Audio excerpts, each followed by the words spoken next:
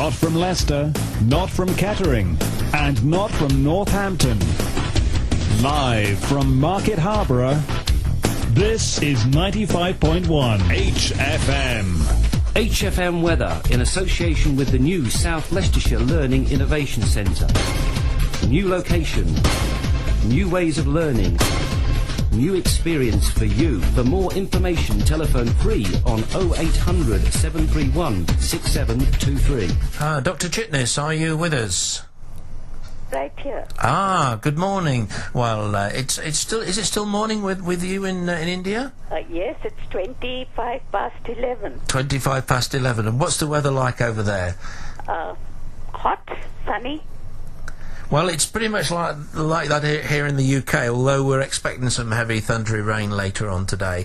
Thank you so much for joining us on the programme. I know we only made contact with each other yesterday, and it was a guest on the programme last week, Professor Rao, who put me in touch with you, and I'm delighted to have you on the programme. Before we move on to information communication technology, perhaps I could just ask you what things are like in India at the moment, because we're aware from the news that there are problems over Kashmir with Pakistan. How is that affecting ordinary Indian people? Well, if I sum it up in 2 words, it's worrisome uncertainty. Right, so it's causing a lot of nervousness. I don't know how many people are really aware of what is happening. You know, there is a kind of bliss in ignorance, and the mass of the Indian population is uneducated and therefore is not as aware of political issues as we would be in a democracy if people were educated.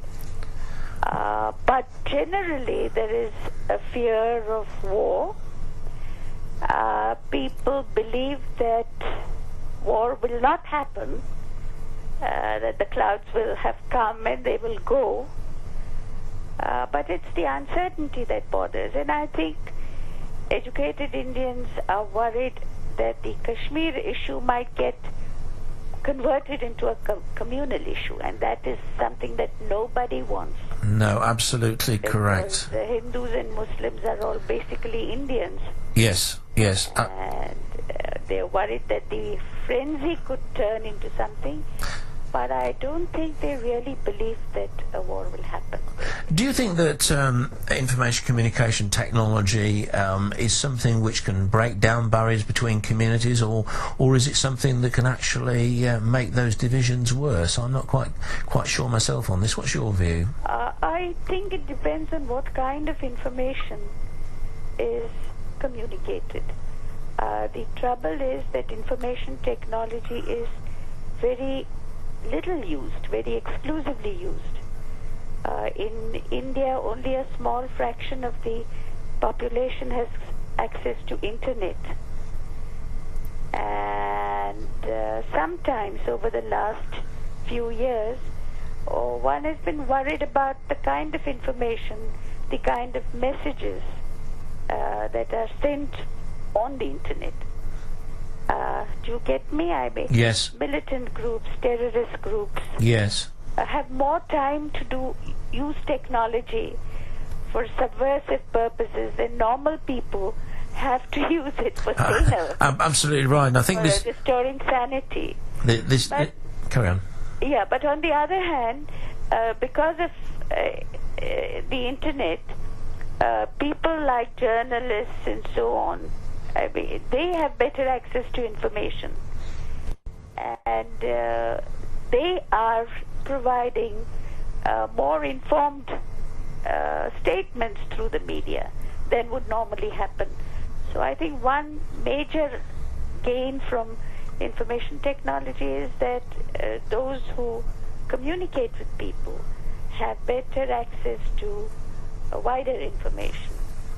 Yes, we're hoping to have Frederick Naronha on the programme. Are you familiar with him? He's a journalist in Asia. With whom? Frederick Naronha Is that a name? Yes. Yeah, yes. I'm expecting him on the program. He's from Bombay too, isn't he? That's correct. He is, and he's. I know him slightly. Yeah, he's involved with the Bites for All organisation, and which does some fantastic work in India. We in the UK and Europe and in the States as well. We're all familiar with how the software industry has developed in India. It really has been, from my perspective, a transformation in the Indian economy. How do you see that from your perspective? Do you see it as a positive thing that Indian expertise is being exported all over the world, or do you see it as a form of colonialism? No, absolutely positive. Indians have a gift for numbers, and they have discovered a gift for information technology, and success in that field has brought Indians a tremendous confidence. So there is in the country a very positive feeling about India's success in the information technology. Well, certainly my understanding of it is, and my experience of it is, that there's a great deal of technical expertise in India, and I think as a government strategy for developing the economy, India is establishing itself as, if you like, having a brand identity for very strong ICT skills, and all credit to those involved for developing, putting that policy in place. Could I just ask you about ICT and women now, and what's happening in India, and the likely impact that's likely to have on women's issues there? Okay, I must again start with the statement that only a very, very small sector of the Indian population has access to information technology. The next thing is that much of it is used for business and for work, and very little for browsing around. It's only if you have home computers that you can use information technology more liberally. You can't browse in the office. Right. But having said that, there are several areas in which information technology has made a big difference. Women's groups working with women, have direct access to what's happening in the world. And I think sharing of violence, of discrimination, information on violence and discrimination, and above all sharing how this has been dealt with worldwide, has helped activists who work on behalf of women enormously in India. They have access worldwide to others who work in the field. I think that another area where information technology mattered in the information technology is used a lot in fields like agriculture. Yes, and yes, I mean, I have no first-hand information, but I have looked at programs made, for instance, Foundation develops programs in agriculture, in fisheries.